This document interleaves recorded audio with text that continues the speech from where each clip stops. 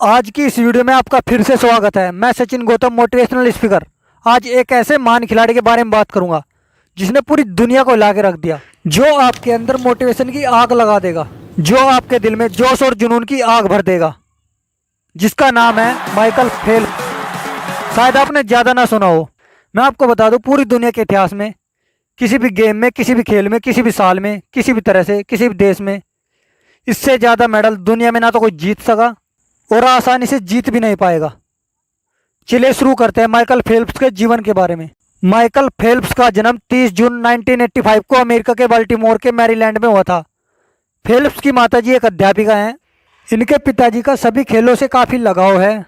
इनके माता पिता ने सिर्फ 7 साल की छोटी उम्र से ही उन्हें स्विमिंग क्लास में भेजना शुरू कर दिया था, लेकिन उनका मकसद सिर्फ उन्हें तैरना सिखाना था। लेकिन उन्हें क्या पता था कि ये लड़का बड़ा होकर क्या बनेगा। लेकिन जैसे जैसे माइकल फेल्प्स बड़े होते गए, ठीक वैसे ही उनके अंदर स्विमिंग का पागलपन सवार हो गया और उन्होंने उसी खेल को अपना कैरियर बनाने का फैसला कर लिया। और मात्र 7 वर्ष की उम्र में इनका इतना फोकस, इतना एफर्ट, जिससे इन्होंने अपने आप को इतना ट्रेंड कर लिया कि देखते ही देखते अपनी प्रैक्टिस के दम पर 10 वर्ष की उम्र में नेशनल रिकॉर्ड तोड़ दिए। 12 वर्ष की उम्र में अपनी कैटेगरी के सभी रिकॉर्ड फिर से तोड़ दिए। सिर्फ 15 वर्ष की उम्र में सन 2000 में समर ओलंपिक के लिए क्वालिफाई किया। वह पिछले 68 साल के रिकॉर्ड को तोड़ते हुए अमेरिका के अंदर ओलंपिक में क्वालिफाई करने वाला पहला बच्चा बना। और जब ये कॉलेज की उम्र में आए, अपने पिछले रिकॉर्ड फिर से तोड़ दिए। देखते ही देखते इस लड़के ने 4 ओलंपिक में 28 मेडल जीत लिए।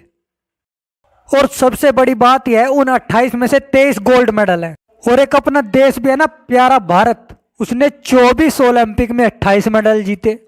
भारत ने ओलंपिक में अभी तक सिर्फ 35 मेडल हासिल किए हैं, जिनमें से मात्र 11 गोल्ड मेडल हैं।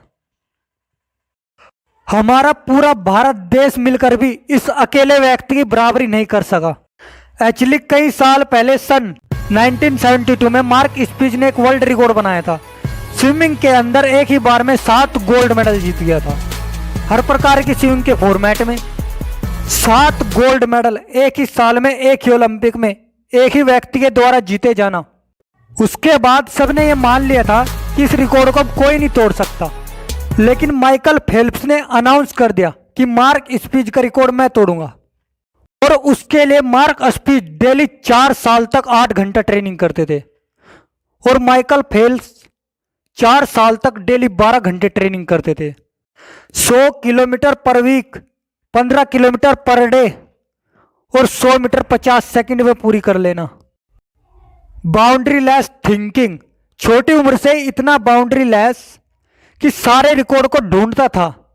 स्विमिंग में जितने भी प्रकार के रिकॉर्ड बने हैं उनको सामने पेपर पे लाता था, प्लान करता था और उस रिकॉर्ड को तैयारी के साथ तोड़ देता था। उस रिकॉर्ड को तोड़ने के बाद जो नया रिकॉर्ड बनाता था उसको फिर से तोड़ देता था। उसको तोड़ने के बाद जो नया रिकॉर्ड बनाता था उसको फिर से तोड़ देता था। अपने ही रिकॉर्ड को तोड़ तोड़ के इतने रिकॉर्ड बना दिए कि ये भी एक रिकॉर्ड बन गया कि इतने रिकॉर्ड कोई कैसे तोड़ सकता है। केवल इसके रिकॉर्ड बताना इस वीडियो में मेरा मकसद नहीं है, बल्कि मैं सचिन गौतम भारत के 130 करोड़ देशवासियों को तैयार करना चाहता हूँ कि वो कैसे इसके जैसी विचारधारा ला सके, वो कैसे इसके जैसा powerful attitude, thought process, burning desire create कर सके। इतना आसान नहीं था इसका जीवन। इनका बचपन बहुत संघर्षपूर्ण भी था। इनके माता पिता में इतने झगड़े होते थे, ये दोनों को साथ देखना चाहते थे, अपने माता पिता से बहुत प्रेम करते थे, लेकिन दोनों में झगड़े होने के कारण डिवोर्स हो गया। बहुत तकलीफों के बाद इन्होंने स्विमिंग को चुना और फैसला किया कि मेरी तकलीफों को अब ये स्विमिंग दूर करेगा, और झोंक दिया अपने आप को पूरा। फिर सन 2004 में समर ओलंपिक में इन्होंने पहली बार 6 गोल्ड मेडल जीते।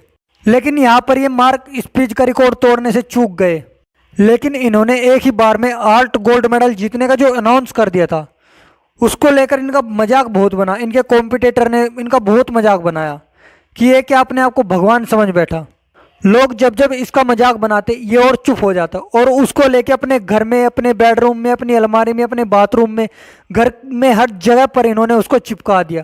उन 8 गोल्ड मेडल को ये घोट के पी गया अपने अंदर कि ये तो मुझे जीतना ही जीतना है। और इन्होंने अपने लिए बड़े ही hard tough routine difficult process अपनी प्रैक्टिस के लिए तैयार कर लिए। लेकिन कुछ टाइम बाद एक एक्सीडेंट के कारण इनके हाथ में फ्रैक्चर हो गया, जिसके कारण डॉक्टर ने मना कर दिया कि अब आप अपने हाथ का इस्तेमाल नहीं कर सकते। डॉक्टर ने इनसे कहा कि बीजिंग ओलंपिक में अब तू प्रैक्टिस नहीं कर सकता, खत्म हो गया तेरा हाथ। लेकिन इसका तो दिमाग हिला हुआ था।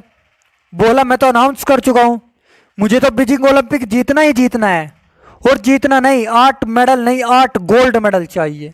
लेकिन वो जो एक्सीडेंट में इनका हाथ टूट गया था उसको लेकर सबने बोला अरे पागल है क्या, अगली बार अगले ओलंपिक में कर लेना, जिंदा रहेगा तो करेगा ना। अच्छा, सॉल्यूशन और पॉसिबिलिटी पर इनका इतना फोकस कि इनको मन ही मन एक आइडिया आया, जिससे डॉक्टर और भगवान को उन्होंने धन्यवाद कहा और कहा अच्छा हुआ जो मेरा हाथ टूट गया, अब मैं अलग तरह से प्रैक्टिस करूंगा। और इन्होंने कहा कि मैं अपने हाथों से नहीं अपने पैरों से स्विमिंग करूंगा, 1 साल में इतनी प्रैक्टिस करूंगा जो कोई और ना कर सके। इन्होंने अपने पैरों से स्विमिंग कर करके इतनी एक्स्ट्रा मजबूती ला दी कि जब तक इनका हाथ सही हुआ इनकी स्पीड को कोई मैच ही ना कर पाए। और उसके बाद इन्होंने अपने आप को इस तरह से तैयार कर लिया और फिर बीजिंग ओलंपिक के लिए उतरा और एक के बाद एक गोल्ड मेडल जीतता गया। और उसके बाद आया 200 मीटर का बटरफ्लाई। जब ये भाई साहब 200 मीटर के बटरफ्लाई में कूदे तो जो इनका गूगल था वो क्रैक हो गया। लेकिन रेस चालू हो चुकी है, अब रुकने की कोई संभावना नहीं। लेकिन गूगल में पानी घुसने लगा, पानी घुसने की वजह से इनको बहुत प्रॉब्लम हो रही थी, पर ये रुके नहीं, बाहर से किसी को देखकर पता नहीं लगा और ये पूरी तेजी से चलते रहे क्योंकि इनकी पुरानी हैबिट और प्रैक्टिस की स्पीड उनको काम आई। इन्होंने गिने हुए थे कि हर 20वीं हाथ में मेरी पहली ब्रेथ पार होगी, फिर हर 20वीं हाथ में मेरी दूसरी ब्रेथ पार होगी, फिर हर 20वीं हाथ में मेरी तीसरी ब्रेथ पार होगी। वो कैलकुलेटेड टाइम और उस फोकस के साथ ये 100 मीटर के बाद अंधा हो चुका था, कुछ दिख नहीं रहा था। लेकिन अब किसी बहाने का टाइम नहीं है, अब एक भी मेडल में सिल्वर या ब्रोंज आए तो 8 का रिकॉर्ड खराब हो जाएगा। और ये हाथ पे हाथ मारता चला गया और आखिरी 20वीं हाथ में जब ब्रेथ पार हुई और गर्दन ऊपर उठा के देखा, ऊपर क्या लिखा है, WR वर्ल्ड रिकॉर्ड। और इसकी आंखों में जो आंसू आया वो दुनिया ने देखा क्योंकि ये अंधा हो चुका था। और तब WR के साथ इन्होंने 8वां गोल्ड मेडल जीतकर उन सारी चुनौतियों को प्रूफ दैम रोम किया, प्रूफ दैम रोम। और अपनी मेहनत के दम पर अब तक के 5वें सबसे अमीर खिलाड़ी बन चुके थे। उसके बाद भी माइकल फेल्प्स शांत नहीं बैठे और फिर सन 2012 में लंदन ओलंपिक में इन्होंने 4 गोल्ड और 2 सिल्वर के साथ 6 मेडल अपने नाम किए। और फिर 2012 ओलंपिक के बाद इन्होंने संन्यास लेने का फैसला किया। लेकिन अपनी जिंदगी में ये स्विमिंग को इतना वक्त दे चुके थे कि इनसे स्विमिंग के बिना रहा नहीं गया, इसलिए 2014 में उन्होंने रिटायरमेंट वापस ले लिया। और अगले 2 सालों की कड़ी मेहनत और संघर्ष के बल पर उन्होंने वर्ष 2016 में रियो ओलंपिक में पार्टिसिपेट किया और वहां पर भी उन्होंने 5 गोल्ड मेडल अपने नाम किए। और इस तरह से उन्होंने अब तक लास्ट 4 ओलंपिक में कुल 23 गोल्ड मेडल जीतकर किसी भी खेल में सबसे ज्यादा गोल्ड मेडल जीतने का वर्ल्ड रिकॉर्ड बनाया। और आखिरकार इस महान खिलाड़ी ने वर्ष 2016 में रियो ओलंपिक के बाद फाइनली रिटायरमेंट ले लिया। दोस्तों, फेल्प्स के जीवन ने हमें यह सिखा दिया, अगर हार नहीं मानो तो कोशिश बेकार नहीं होती और कोशिश करने वालों की कभी हार नहीं होती। दुनिया भर में ये एक ही ऐसा व्यक्ति है जो 28 में से 23 गोल्ड मेडल ले लिया। 28 में से 23 गोल्ड मेडल इनके अलावा और किसी के पास नहीं है। एक आंकड़ा देता हूं मैं आपको जो दुखी तो करेगा लेकिन सीख और लर्निंग बहुत बड़ी देगा।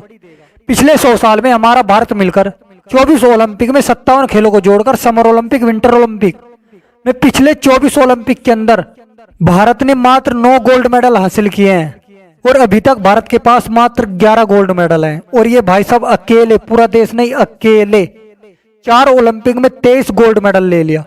आपको एक माइकल फेल्प्स का सारांश मैसेज दे रहा हूँ। सैटरडे हो या संडे, हॉलीडे हो या बर्थडे, क्रिसमस डे हो या फिर एनी डे, साल में 365 दिन और लीप ईयर में 366 दिन 12 घंटे लगातार रोज ट्रेनिंग करना है। कोई ऑप्शन नहीं है, कोई बहाना नहीं है।